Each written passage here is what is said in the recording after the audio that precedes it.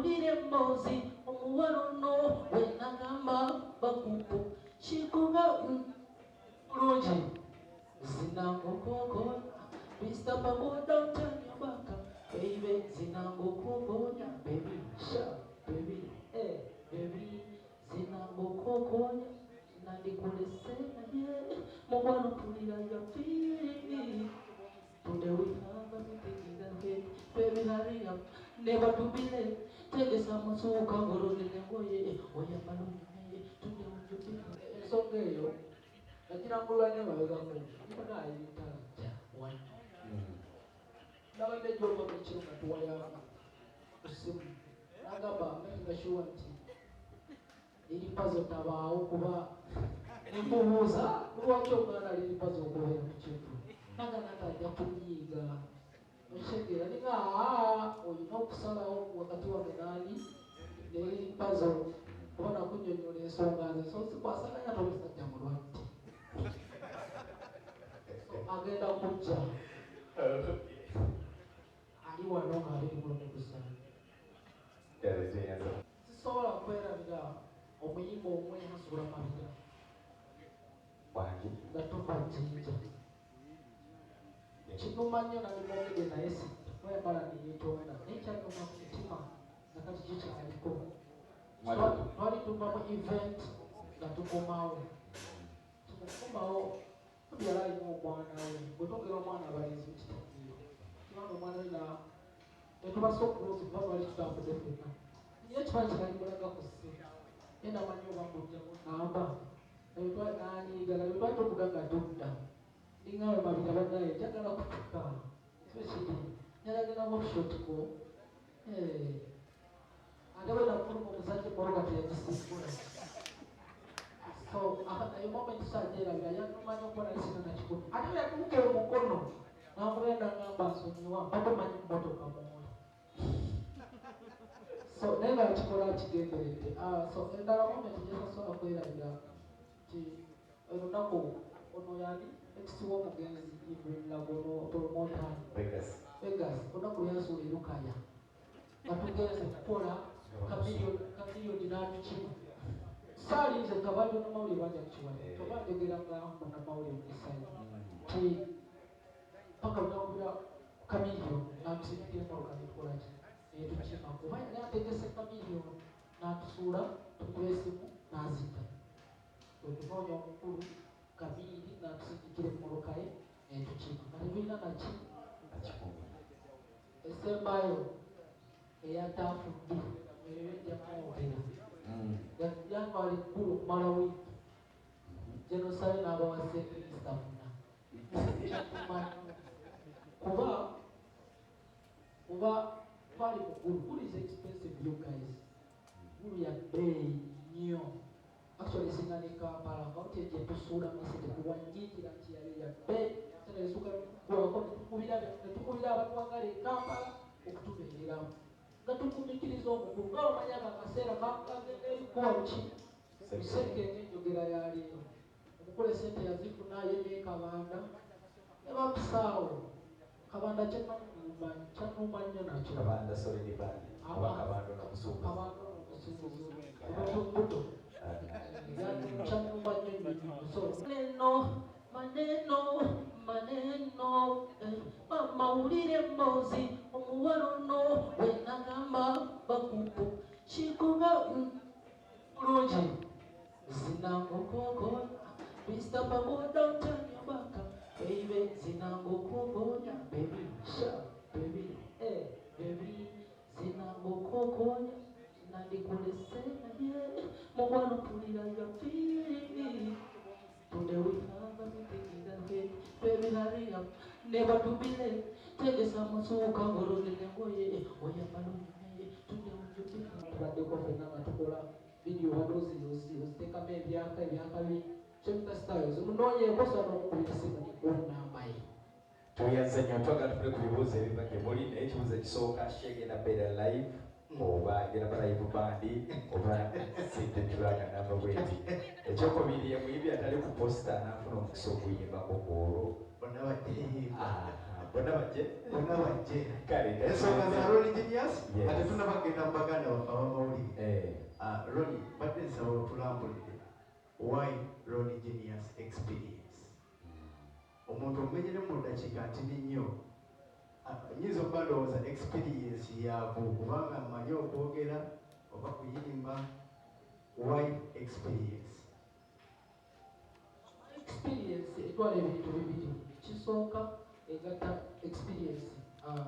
kyendabye mu mawulire biki byenjize mu mawulire yenfunyemu kyenkana kinamugosebwa then ate kyekindeetera hijackinga internet endongo so kikomperinga wamu ebintu bibiri nti amawulire gabadde for some good time ate n'endongo nayo gibadde akaseera so kigatiramu experience. Okay, tukitegedde eri baganda baffe alina ekibuuzo sayidi eno ngenda yitira wano sayidi eri edwin ayitire wali twanguyeko tusobole okubanga tukwata obudde tandikire ne pulezidenti Zambogo. Abakulu mugye baliko n'okwaniriza bannamawulire bonna Zambogo Jackson Uganda Nice TV representing abaina waka basigadde batusigamya ate nga ndi mukulembeze Ronnie Genius ekibuuzo kino kigenda gy'oli tukayimbako aka meeting elabet oluyimba tekayimba abasinga okunyumira what was the motivation behind that song? tweyanze site eno Lupita General ekibuuzo lidako bisatu katufuneyo ekirala kale nina bisatu byonna tesigeza gena kuddamu byange byokka yiseewo ekisooka janzaibe Kachumbali nakutambala nkola ne Kachumbali media wafuna ekyamuka TV ate nga mu kaseera kano jigiridde omuyimbi saabayimbi w'eggwanga Ready Abba omuyimbi Ready Abba antumye nkugambe nti ali wamu naawe tasobodde kubeerawo era bw'ova wano osobola oyitira mu ofiisi ye aguze tiketi 20 emitwalo 40 ngalo era n'obusho ajja kujja ayimbire abantu alina akayimba ekimansukiro kalikakuba ekibuuzo ekisooka mukama wange interview ezimukuze wasinga okukola ennyongo oli mawulire ye interview ya Bobi Wine what was your experience wa meeting omukulu kyali kiki your experience katono nnyo ekibuuzo ekyokubiri kiri nti ate notinze wano eno kantikubuuze wano wavaayo mu katambi akamu ne weebaza erikeezo kyamaanyi kyeki enjawulo bayimbi bonna kyeyakukolera kikyo wamwebazaako then ekirala bintu ki ebikwatibwako byofunye mu mawulire oba ogayiseemu lukwakwayo kale kasoko tuddemu ebyo biweze bina tulabe ekya Bobi Wine experience ekya byofunye mawulire n'ebirala bibina katandikire wano eno kati nesembeyo ki experience okusingira ddala olunaku lwenasinkana Bobi Wine nenakula nemwegomba akalumberawo kiki nyimba nga nyingi bamuto wange nga inspiringa first of all okitegere nabeera so excited that's one two namanya nti mu bulamu buli wamu osobola okutuukawo kasita wekkiririzaamu Bobi yanyaniriza era nabeera so humble nabeera happy actually eyo interview ezimu ezafuna bwe zanteeka mu kaliya yange ya media so pala okusakuvaida okusinzira ansinzira wano mu kamera zonna Bobi mwebaza nnyo kubanza nasinkana Bobi sasinkana Kyagulanyi but then nasinkana Bobi abagamba mukalulu kano akasembeeyo myaka ng'ebirimu nasanyuka nnyo era naze mwebaza nebaza Bobi omuyimbi era n'emboozi yaffe twali alina muki amuyimbi yebale kunnyaniriza yebale butandaga mutima mu bye byogera nze byala sibimanyi musajja mulungi ayaniriza abantu ate ayagaliza kuba ne advice ezimu ze yaŋŋamba amawulire oli mulungi kuba baide nali neyitalo nengeri ya genius terikola ki teririiko nagamba from today nze okuwadde erya genius eyobuto era mubire yakiterike genius okwetalo genius ani official so mwebaza nnyo ate erinnya genius yalizuulamu nanengero tweyanzege ekitiibwa n'ettendo tulikizawo kyetende katonda namugeri kasirwa lugulube eddoboozi kiwadde ewanga kati namwe mugamba amiina wewaawo muba wewaawo tugamba nti wewaawo nga naawe mwoli wewaawo erinnya nze kiganda bazira sekisooli yahuna ndi wano ku lwaloni nga mukwano gwa loni naye nga nkiikiridde ekitongole kyaffe ekyakasiko mutaasa development foundation ekitongole ekiri ku musingi ogw'obuwangwa n'ennono tusomesa abantu okudda ku buwangwa bwa ensonga eyo nagirangulanye mabegako nayiritalajja wano nabadde gyova mukiro nga tuwayanga ku ssimu nagamba makingashuwa nti liripazo tabaawo kuba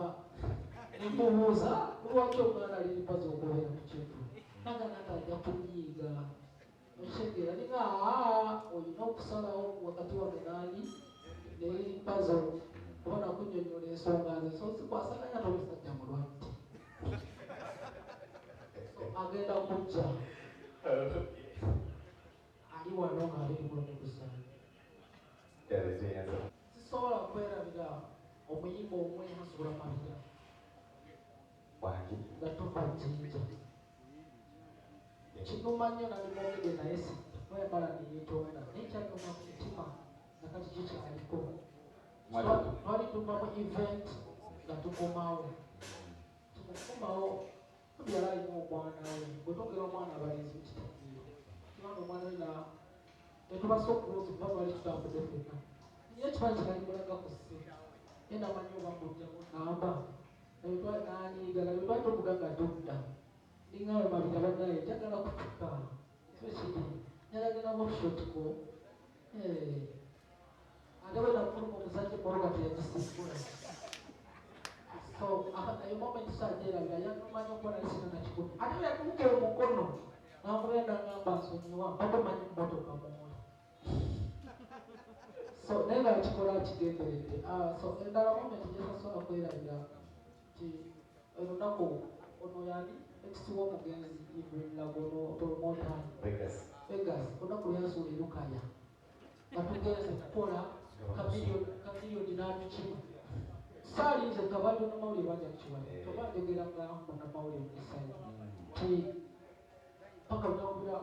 kamiliyoni n'atusindikira emmotoka netukolaki netukima kuba yali ategese kamiliyoni n'atusuula tukuba esimu n'azita wetunoonya omukulu kamiri n'atusindikira emmoloka ye netukima nga tetulina naki esembayo eyatafudde eyojjakumwogera yatwala ekkulu okumala wiiki genosayo n'abawa sente mustafuna kuba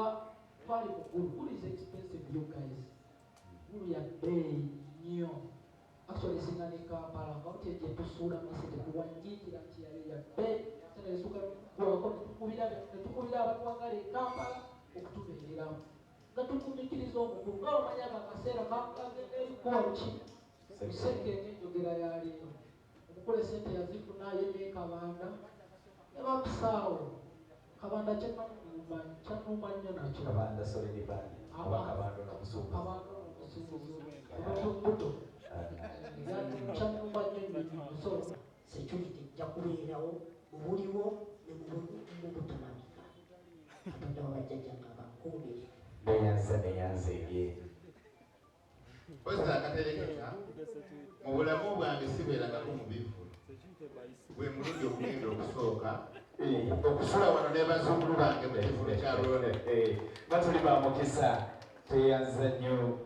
gobale nnyo ddala. Weewaawo tweyanzenge. Nze Muwonge Muwanga Wamala era nga ndi omu ku badirekita mu kitongole ekyo ekyakasiko Mutaasa.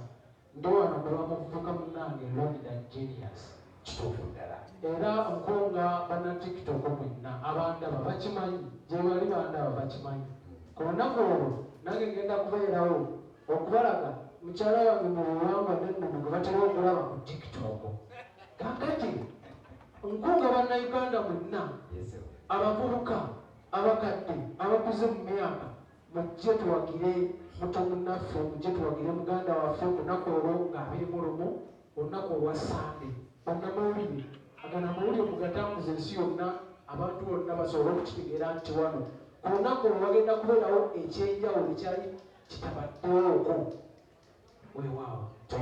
tweyanzege si esho esoose n'olwekyo okutegeka kuno tulinamu experience akambere mu mukyalo oyo. Tuzze tukola sho nyingi nnyo ez'enjawulo, episodes ez'enjawulo,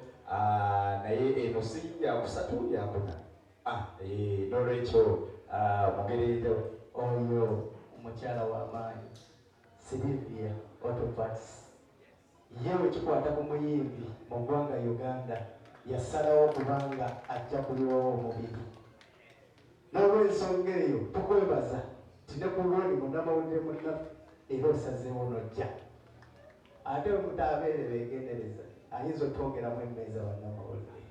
tukwaniriza. So Madam Sylvia Autoparts ate yali mu kampeyini y'okusonda emmotoka ya Sheikh Kiti. Simanyi weetuuse anaatubuulira, so sente azinoonya tugimuwe olwo nalwo lugwe. So Madam Sylvia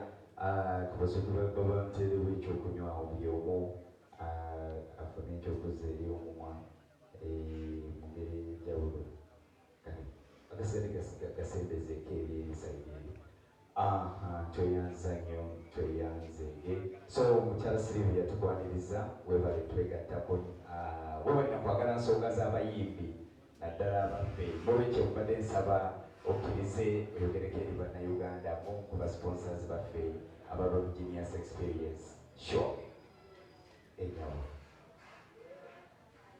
Bannange mbalamusiza mwenna abandaba nga omulamwa gwe tuliko gwa Roni alina ekivulu nga 21 Sande eno. Bannaye tubakoowoola mujje mwenna tuwagire omwana ono kubanga bwe tutawagire nnyo baana bano bagenda kuyiga ebize emibi olw'ensonga embeera gye tuyitamu ennaku zino mbi kozimba ke bazimbulula. Naye bwe tutabongeremu nnyo maanyi nakubaako bwe tubateeka bagenda kusumbuwaffe olw'ensonga oli bwabulwa ekyokulya abalowooleza mu kusikako kasawo newakubadde si bwe kuba omutima gwabeera alina naye embeera embi esobola omusukkako n'akola ekyo kyatandikoze. Zisiwagira nnyo bintu bino ng'olw'okuba nina sirina nnyo nina katono naye atlist njagala neekagabanako n'oyo abataddewo omulimu gwakola. Nze oli ne bwayitawo awo waffe nga bano abaana batambuza ebidongo byabwe nga bayimba awo kwata mu nsawo yange ne muwa ebiri nga njagala atlist abeeko ne waatuuka atukirize ekirooto kye. Mbasaba mujje tuwagire Roni nga 21 era nze nzeyo kizeti 3 abafolowinga munoonye Roni tiketi ezo azibawe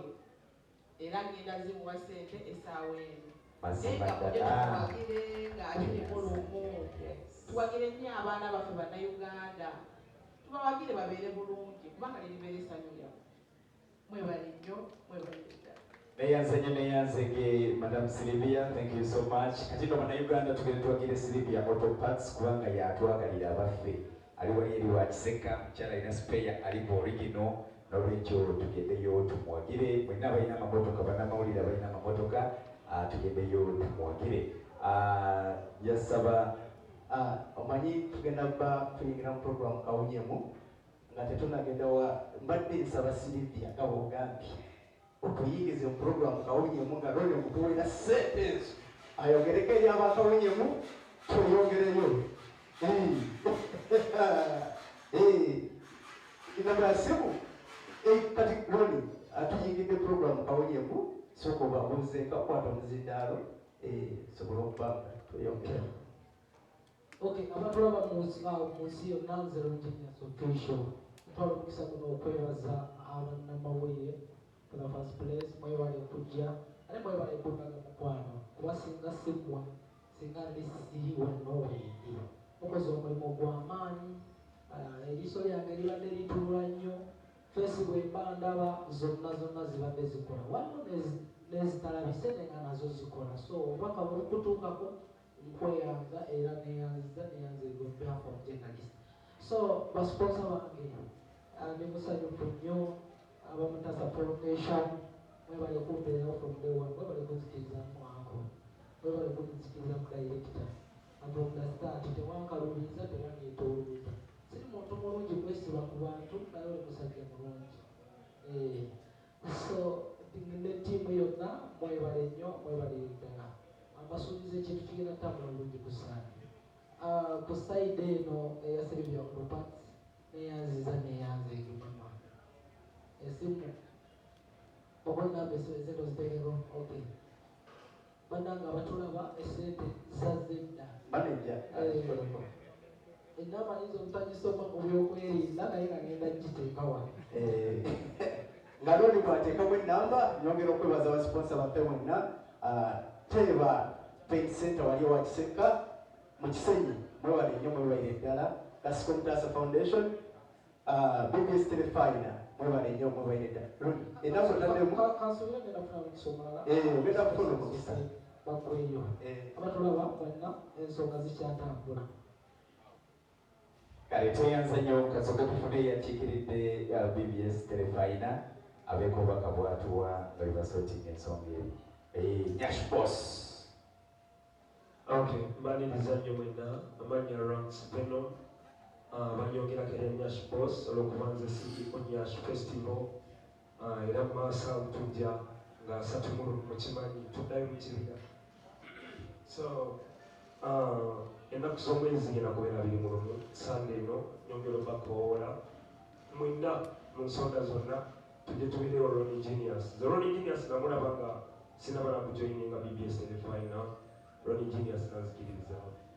yangamba wekabuuka kigwaba microphone watch so nanzikiririzamu ate nga mwenzi ali friendly ali social alina ttiimu eyamulikawo ate yonange eri welcoming nemanya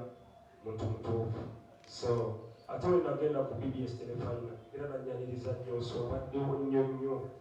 nga nyongerako nemanyayo muntu mutuufu so mbasaba bambi tubodize mu ngeri eyo mbasaba kulyandaba bulyangoberera Ron Engineers buyagala BBS Telefina tujje pawakinga mu kafo katono ne tujja kwenyigawo kubanga mbaddeko mu meetings zonna ezibadde nga zijja ez'enteekateeka z'ekiggulu kino ng'enteekateeka nnungi abayimbi tubalinga tubasinkana bagenda bawa ekisingayo oluyimba obutalekaayo zonna so tujje tumubeererewo ne BBS Telefina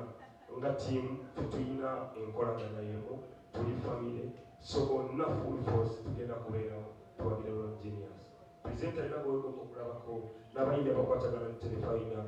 bonna boodi yonna tugenda kubaawo tuwagire Ron Engineers nange kennyini ndi ku muzindaalo abamumanyi mumanyi vibe tweyanza nnyo Nyash Boss webale nnyo webale ddala obubaka obwo nakalala nyongera okujjukiza bannamawulire mwenna Ron Engineers omusaya gumpadde mbajjukize ennaku z'omwezi nga 3 tugenda ku Ntebe Road Nyash Festival 2nd edition kigenda kuba kyanjawulo twayongeddemu n'ebirungo twataddemu bingi nnyo dancing nga imagine okunyigira omunyigo mu kibira so mujje tweyagale ennaku z'omwezi nga 3 mwezi ogw'omunaana tuddayo mu Nyash Festival 2nd edition gye tuli bayimbi bonna ba DJs ab'amaanyi buli kimu kigenda kiri action packed tubeerewo. Thank you so much. Kale katufune representative wa Tebachayika Paint Center Limited naye ayisewo obubaka bwe. Amanya gange nze Kayimba Ibra nga nva mu Tebachayika Auto Paint tuli batabuzi balangiza mu motoka oba mu motoka kikaaki yonna w'ogireeta tugikolako bulungi nga sinaba kwebaza Roni nsooka okwebaza bannamawulire mwebale kuyiirawo Roni mubiri bannaaye tekisangika omuntu asobola kuyiirawo mubiri gwe mulaze Roni Julius Ronnie Juniors ennaku z'omwezi 21 tuli wano ku Power Kings. Si bwe olw'okusana tebakyayika ntegeezezza mutegeeze nti bali wamu naawe era bagenda kugula tempo 4